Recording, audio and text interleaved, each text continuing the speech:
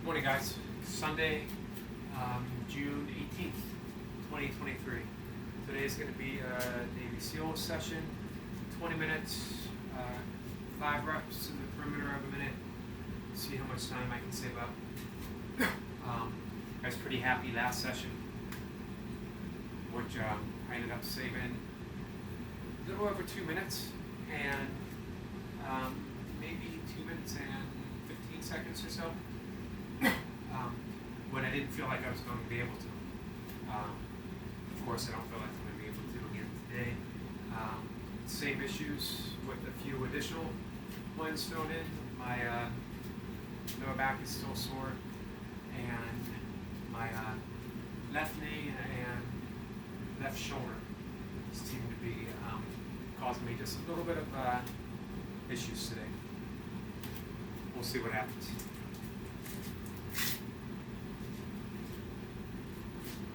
Last sip of water.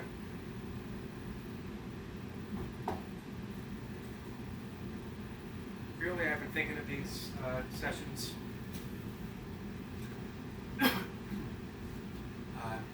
pretty much as play. What can I do today, given present situation of body, present situation of mind, present situation of whatever. And with that, that means whatever happens within the session, as long as I give it my attention, as long as I give it the proper respect and homage of the time being here, homage of reps and concentration, it all pays off. That's what it's about right now. All right. Here we go.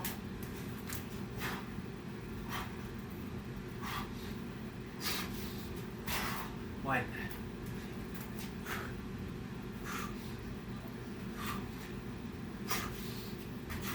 Two.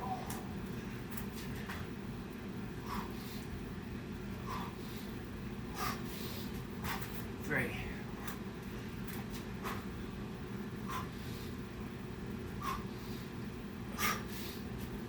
Four.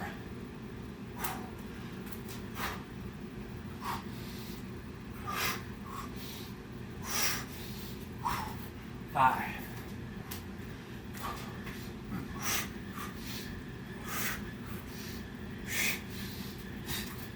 One.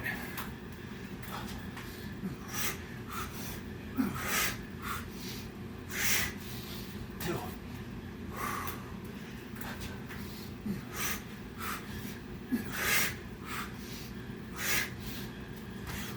Three.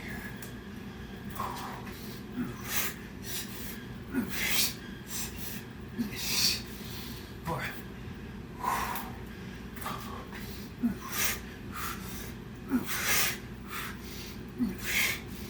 Five.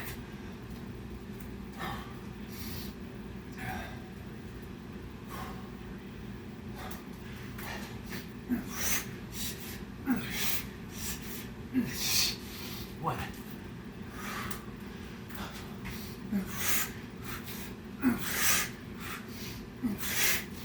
Two.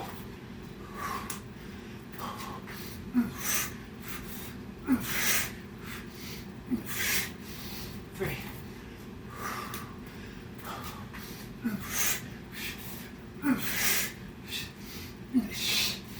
Four.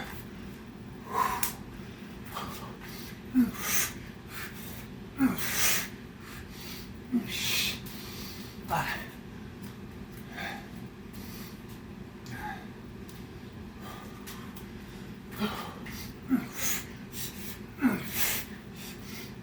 One.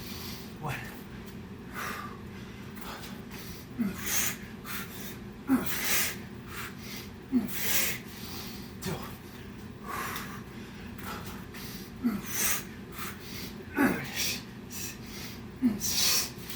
Three.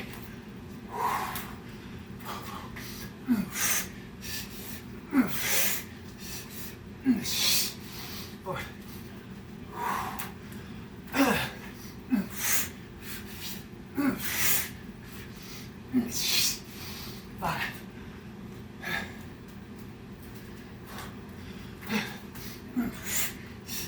One.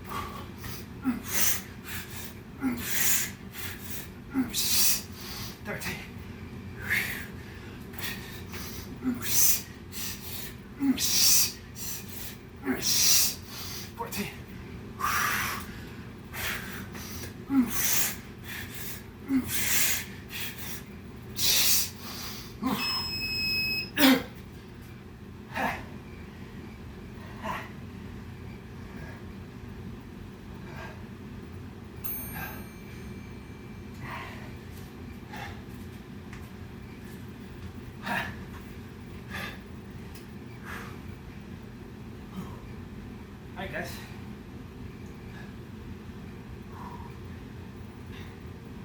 We're at 15. 1 rep PR.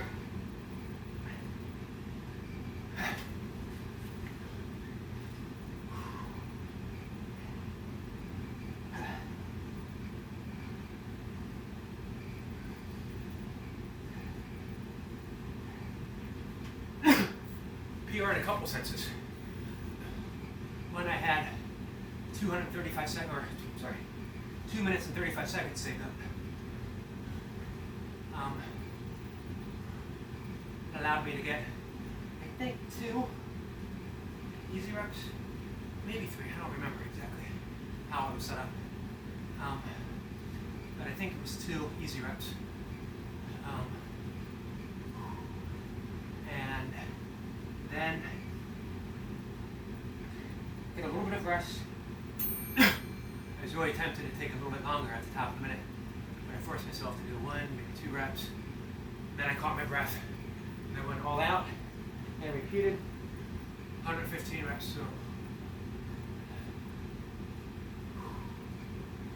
new PR. Not a bad day.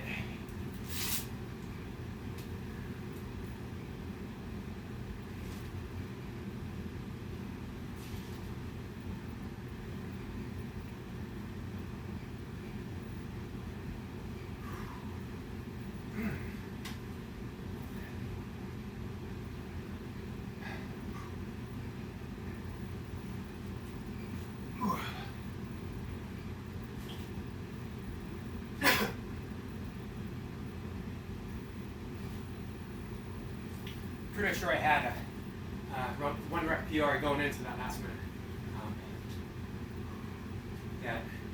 That would have taken a complete lapse of attention on my part, or a complete lapse of will.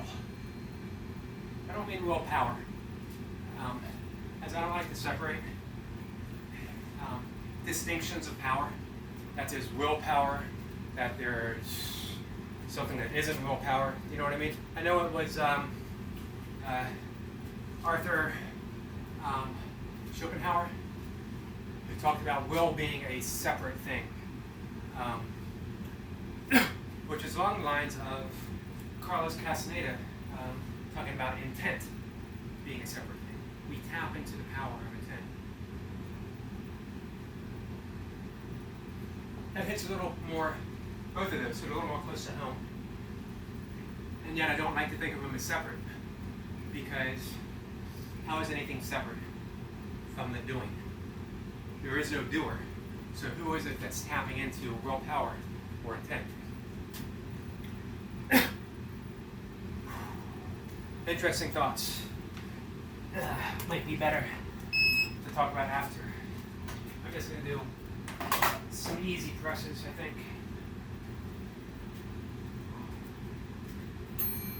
Nothing heavy. I might go up to the 16 for my second set.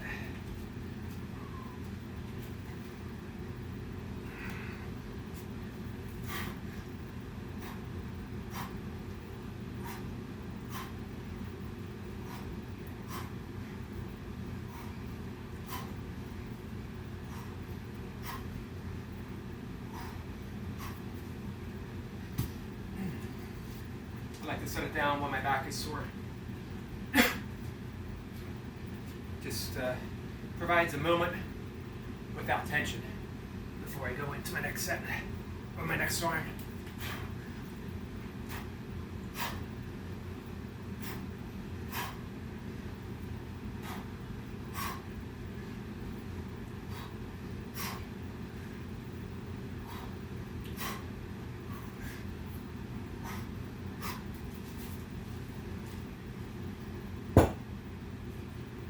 Alright.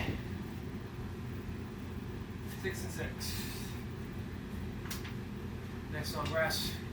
Do one more set with the 16, just like a double.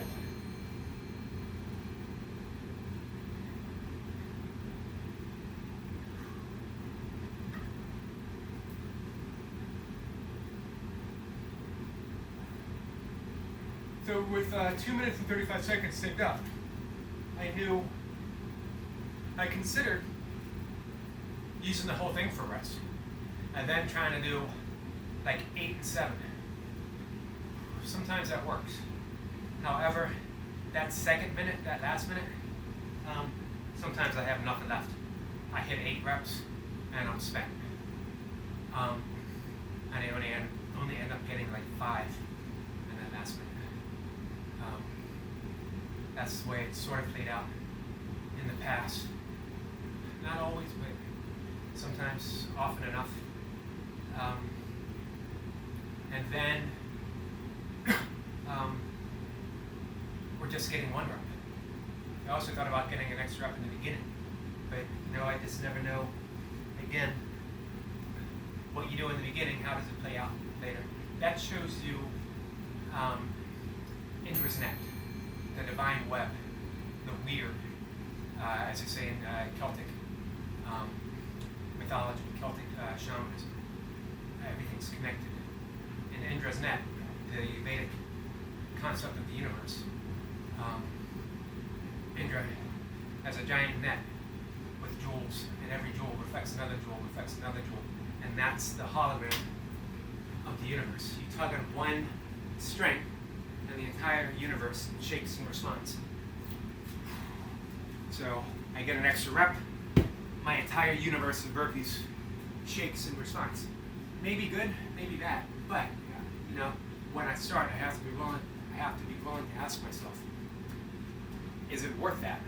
Because it may end up costing me 4 reps, 5 reps, who knows? Or it may give me a PR, it may have given me 116. I just don't know. You take those calculated responses intuitively. You do the best that you can in each moment, trusting that it will play out exactly as it should, regardless of number of reps. Number of reps isn't the end result. How can there be an end result? If I'm doing Navy SEALs again in 2 more days, how can there be an end result? It's an ongoing process.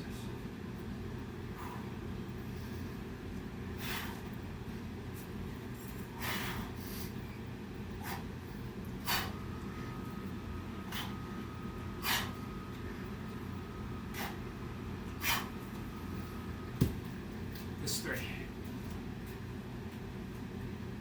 I'm not going super heavy, or I'm not grinding out any reps either. Finisher is just that. Finisher.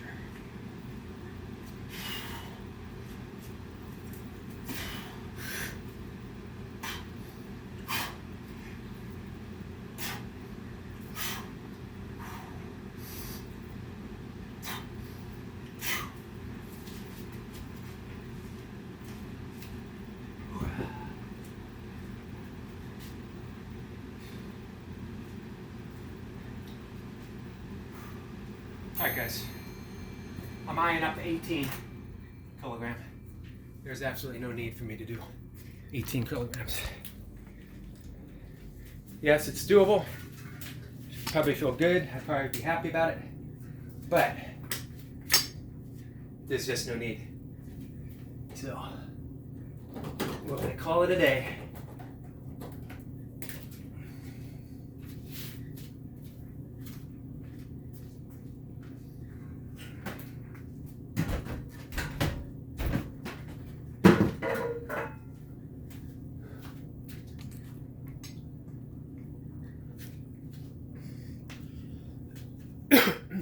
Alright, I guess since we started talking about it, we're going to continue on this line after I clean myself off from my dirty kettlebells. I'm going to wash this towel now too.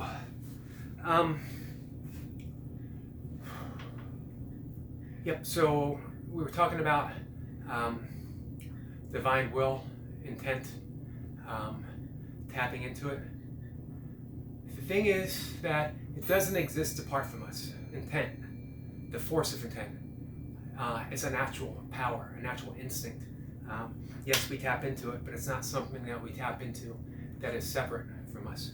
I am not a scholar of, even an amateur scholar of Arthur Schopenhauer. I have read his works. More often than not, I've read of his works, other people talking about it. I know Paul Morgan will probably remember that it's discussed in Philip K. Dick mentions him several times, I believe, in Valis. I do like his philosophy. Personally, he was a cantankerous sort, from what I understand. His mother wrote him a letter saying that she couldn't stand to be near him because he was the most unpleasant sort. Pretty harsh words from my own mom. But I do like that aspect of the will that he talks about. And yet he still sort of implies that it's separate. And what we find is that if we examine things from a non-duality perspective, or even dismissing non-duality at first, letting self-inquiry lead us there. We arrive to non-duality through our own investigation. And we can do that through the headless approach, steering back in the direction of the observer and finding no observer there to be observed. There is just observation. So with it just being observation, with there being no doer, no seer, who is it that can tap into intent? I discovered early on in ultra running that sometimes I finished on a mile race, sometimes I didn't. Somebody like Richard runs trails seems to be a, he would probably deny the term natural because I know he works awful hard to get where he's at. Natural doesn't imply that he's not working hard, but somehow he's falling naturally in that intent and it's carrying him forward. He's doing everything right, even when things go wrong, and he reaches his destination. That's tapping into intent, or being present when it's there. There is just some innate sense that steers us in that direction.